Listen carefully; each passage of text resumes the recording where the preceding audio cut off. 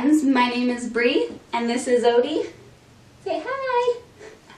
And today we are going to be talking about hair balance. So specifically protein overload. If you have lifeless or stringy hair, if your hair is feeling rigid, or if your go-to products just aren't working the way that they used to, you have come to the right place. I have been there. I understand that worry, that confusion, that suffering. Wow, that got a little bit dramatic there.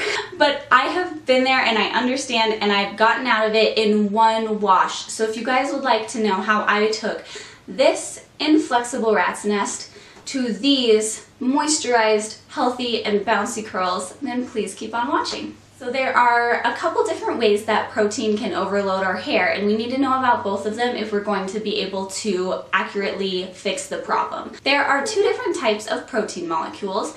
Ones that are too big to penetrate the hair strand and ones that are small enough to actually get in the hair. So the ones that are too big to penetrate the hair strand are going to be found in like DIY things often, egg, avocado, mayonnaise, all of these kinds of things are going to have protein that will just lay on top of your hair. Whereas the products that you use, like curly hair styling products, will often have protein that is small enough to get into your hair because that's what it's made to do. Some words to look out for when you are trying to figure out if your styling products have protein in them would be things like keratin, collagen, anything with the word hydrolyzed in front of it, or anything with the words amino acids. Also, you could look up for things like silk protein or wheat protein, anything that actually says the word protein. So if you are thinking that you might be protein overloaded and you want to find out how to fix it, I have come up with 3 steps that you guys can take to find out what kind of protein overload you have and what steps you can take to combat that. Alright, so step number 1 is going to be clarifying. I know you guys probably saw this coming, but if you have protein overload symptoms and it's actually just too many big protein molecules that are laying on top of your hair, then you want to make sure that you get rid of all of those first and see where you are at so that you can accurately treat your hair with what it really needs. So to clarify, it just means to use extra cleansing than your normal like shampoo or co-wash. And I think there are a couple of great options, but I honestly highly recommend the DevaCurl Build-Up Buster. So this uses micellar water technology to cleanse your hair, which if you live in an area with hard water like I do is amazing. Love this thing. This is my friend. That's the first step. Easy enough. We're getting everything off of our hair. And step number 2 is the most important thing that you're going to do now, and that's to do the strand test. So after your hair is cleansed, before you put conditioner or any products in it at all, in the shower, when it's wet, find a piece of hair that has inevitably made it to a wall or a shoulder or somewhere in your shower, because let's face it, curly girls, you know it's somewhere. So you're going to take your strand of hair and wrap it around each forefinger and then just slowly start pulling it apart. And basically, people make this part way more complicated with numbers of percentages and how much it should stretch. I think you don't really need to do that. To be able to tell what we're looking for, it's going to be easy enough. All you need to look for is, does it stretch a lot before it breaks, or does it break immediately? So if it stretches a lot before breaking, then you have a good amount of moisture in your hair. And if it stretches and you're like, wow, this is just, my hands are like out here, maybe this is too much. It could be. You might actually need protein in your hair. But if you're anything like me and you start to stretch it and it breaks immediately, well friends, that means your hair is truly protein overloaded inside the hair strand.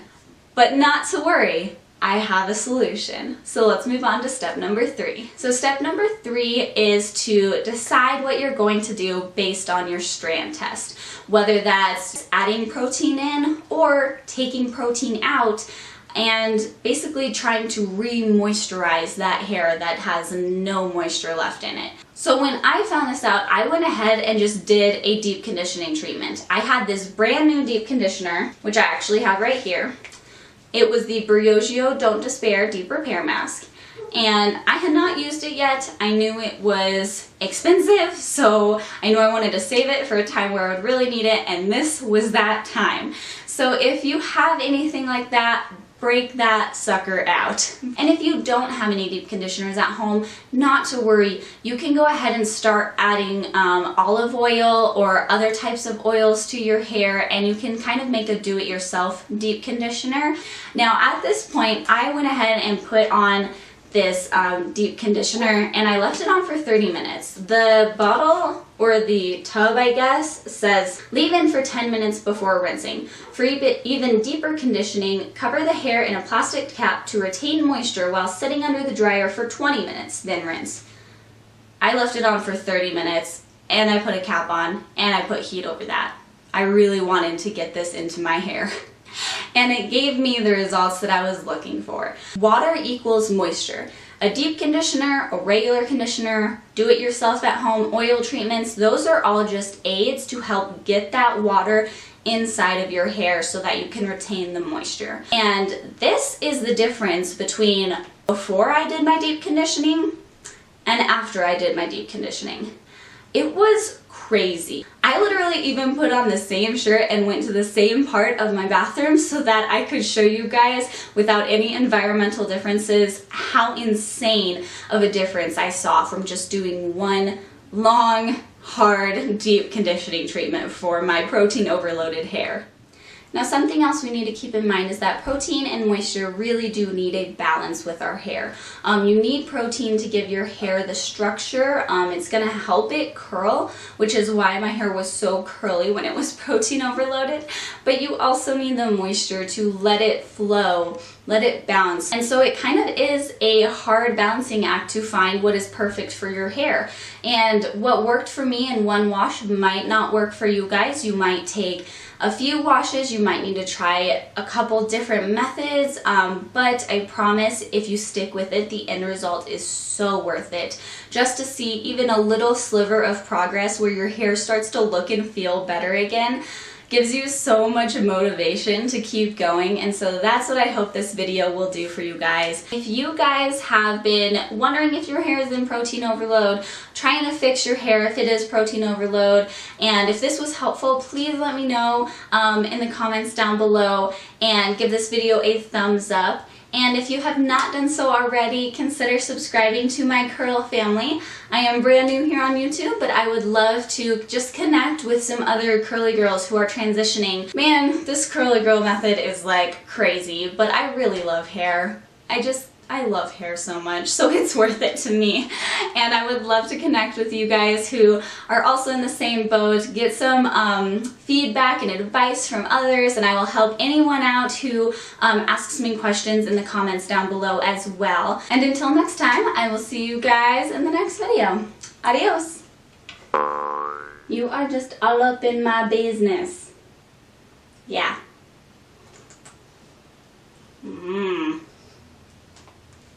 My cat.